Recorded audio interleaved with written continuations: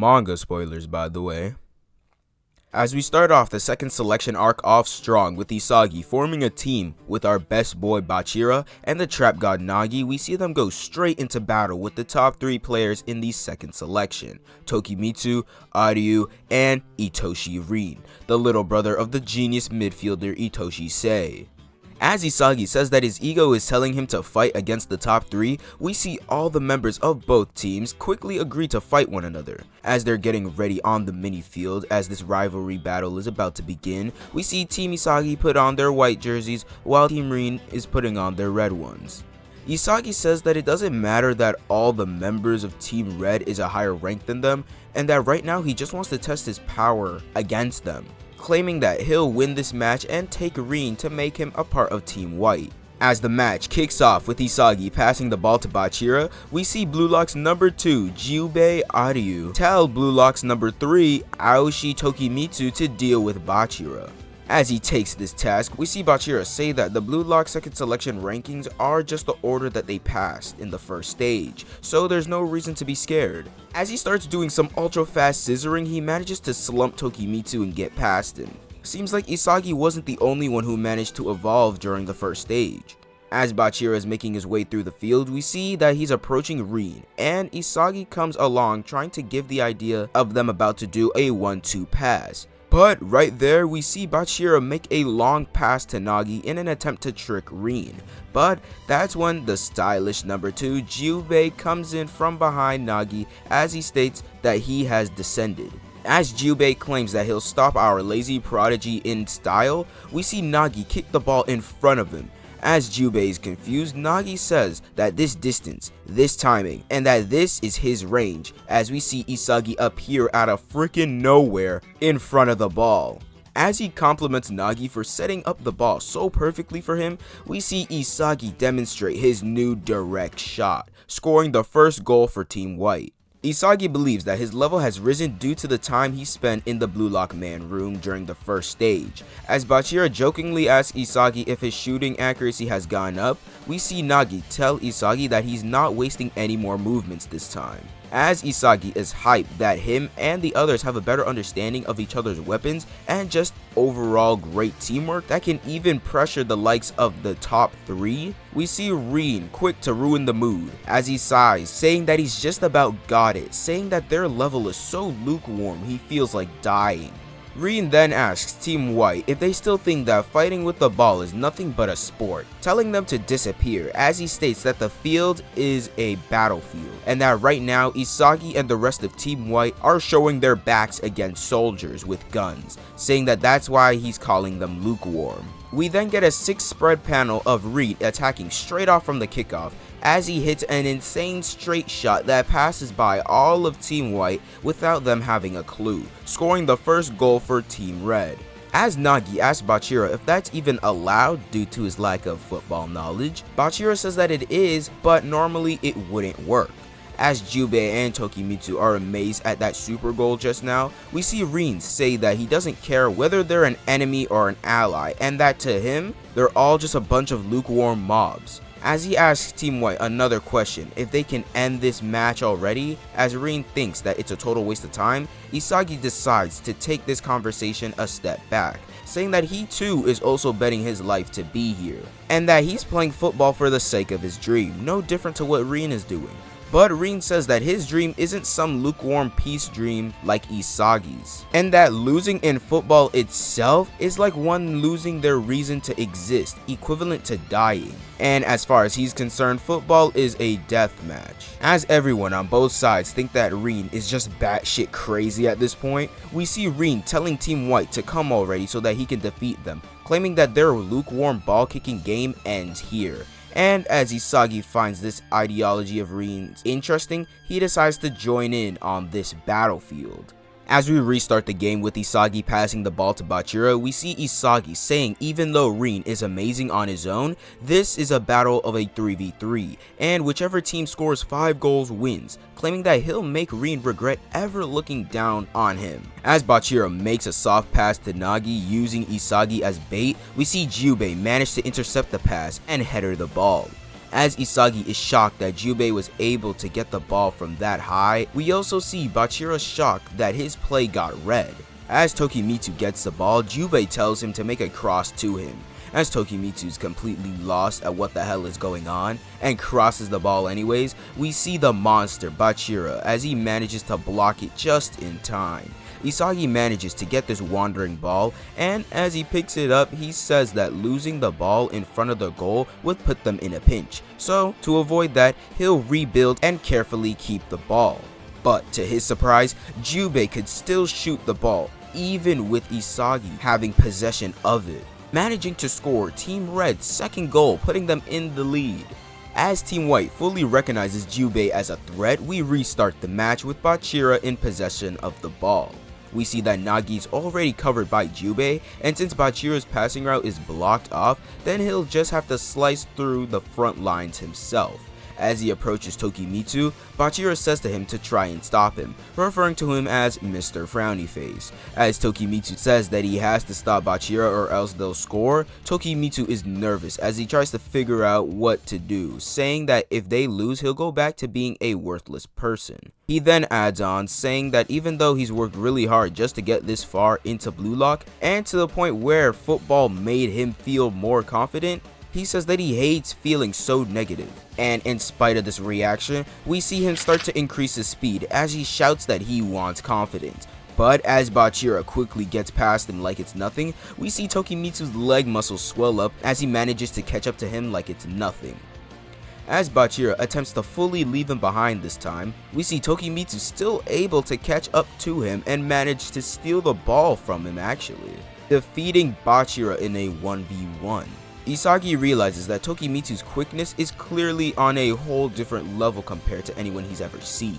As Tokimitsu is in possession of the ball, he makes a counter, shouting that he can't relax until he's scored a goal. As Jyubei questions whether or not Tokimitsu has gone nuts, Nagi tells Isagi to stop him, but that's when Tokimitsu yells out to Isagi to get out of the way as he charges at Isagi. As Isagi's confused whether he'll go left or right, Isagi tries to grab him in an attempt to stop him and getting a foul. But Tokimitsu still manages to ram through him and score the third goal for Team Red. As we see the more cheerful and wholesome side of Tokimitsu, we see Isagi start to realize the true power of the top three, and that Reed wasn't the only one who had an insane weapon. But right at this moment, we see Nagi amazed at Team Red. He then adds on, saying that football is seriously interesting, and that it's all thanks to Isagi that he can finally start to see that, claiming that he'll start to make things more interesting. As we move on to the next chapter, it seems like Team White is starting to create a play.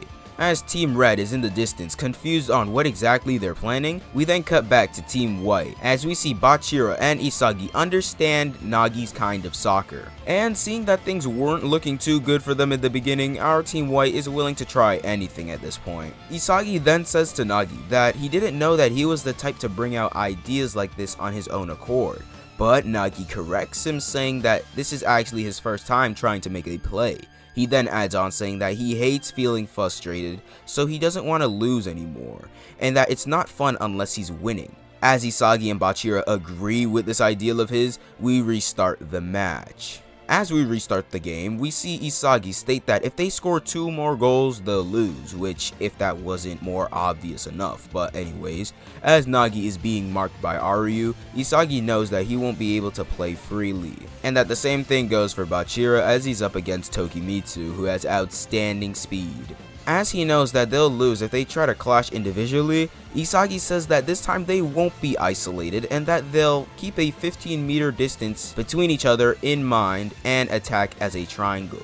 As we see Team White is in control of the middle field, we see Team Red start to see this connection that they're building. And as Jyubei says that he'll stop Nagi in style once again, Nagi says that this finish won't be done by him and that it'll be done by Isagi. And as we see Isagi trying to get into his shooting range, we see Rin appear right in Isagi's territory. As he says, "What a lukewarm hotline." As Isagi is shocked at the fact that Rin managed to read him like a book, we see Bachira stopped in his tracks, as this thought out to be perfect plan ends up in shambles. We see Bachira make a quick decision and makes a high speed grounder pass to Nagi.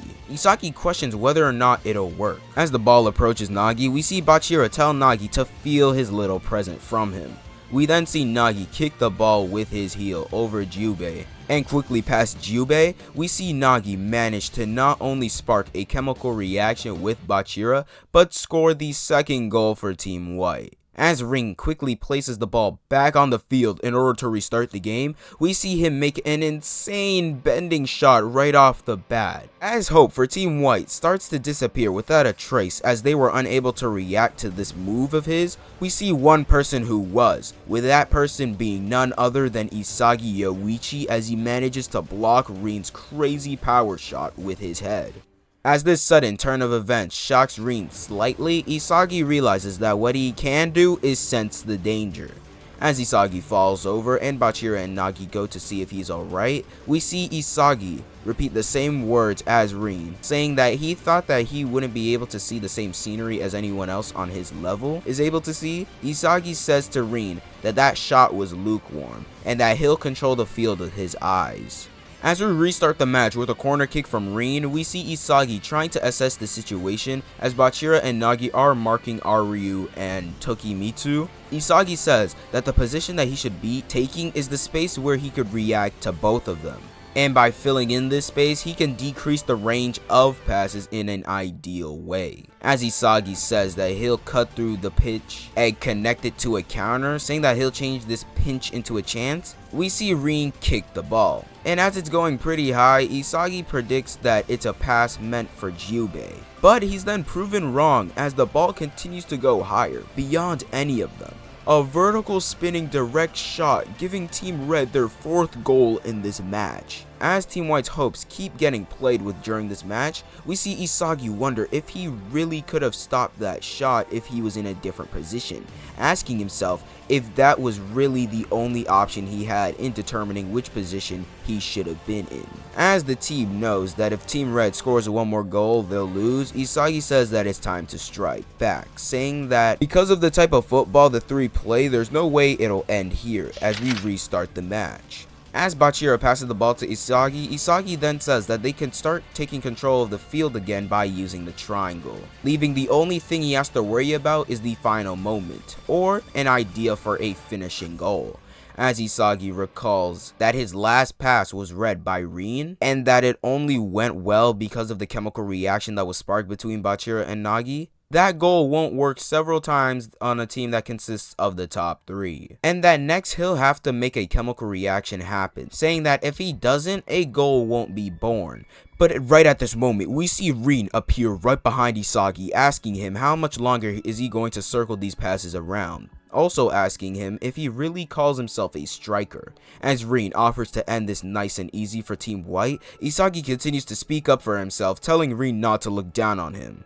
Isagi then says that if Rin gets too close to him, the space behind him will be wide open. As he calls out Bachira's name for a pass, Isagi says that he'll create the scent of a goal himself. As Bachira passes the ball, and as Isagi tries to get in a good position to receive it, we see Rin right beside him, telling him to at least study how the human eyeballs work. Just now, as Isagi thought that he left Rin back there in the dust, he still manages to beat him to the punch as he actually intercepts the pass with his chest. As Team White is in complete shock, Isagi says that even if he predicted his moves, his reaction was way too fast, and that it was like he knew ahead of time, meaning only one thing.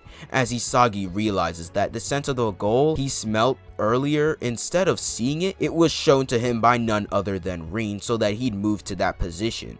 During this entire match, Rin had Isagi as well as everybody else on the field dancing in the palm of his hands, as he was being dragged around, moving exactly how Rin wanted him to. As the one who was controlling the field wasn't our main character and instead was the puppet master known as Rin, Isagi shouts out to Bachira and Nagi, telling them to stop him. As Rin has the ball and is charging towards the net, we see Nagi and Bachira try to stop him, but to their surprise, Rin completely and utterly destroys them as he gets past them with the utmost ease. Isagi states that the difference between him and Rin is so immeasurable that it's overwhelming and despairing at the same time, but Even though they were going to lose, his eyes and heart was struck with amazement by the beauty of the parabola that his kick drew. As the match is over and they decide who from Team White they should take on Team Red, Green says that he couldn't care less about who joins. So he leaves it up to Jyubei and Tokimitsu to pick. And they end up picking Bachira, saying that they all use their individual strengths, but with him and his passes on Team Red, they could really grow stronger. As Team Red is instructed to leave through the winner's gate, Bachira slowly follows along. But before he does, he tells Isagi that he won't be waiting for him at the top, and that if Isagi wants him back so bad, then he should come and steal him back. As Bachira follows along and leaves with Team Red through the winner's gate, we see Isagi and Nagi being instructed, having no other choice but to go back to the second stage through the loser's gate. But the real question is Isagi going to take this beating, or is he gonna claw his way up back to the top and get the most ultimate get back we have ever seen in Blue Lock? Hey guys, DarkheroJosh here, and if you enjoyed that video, please leave a like, subscribe to the channel if you're new, and comment down below what other matches do you guys want to see me talk about from Blue Lock, or any other anime, or I guess sports anime in this case. With that, I hope you guys have a great day, and see ya.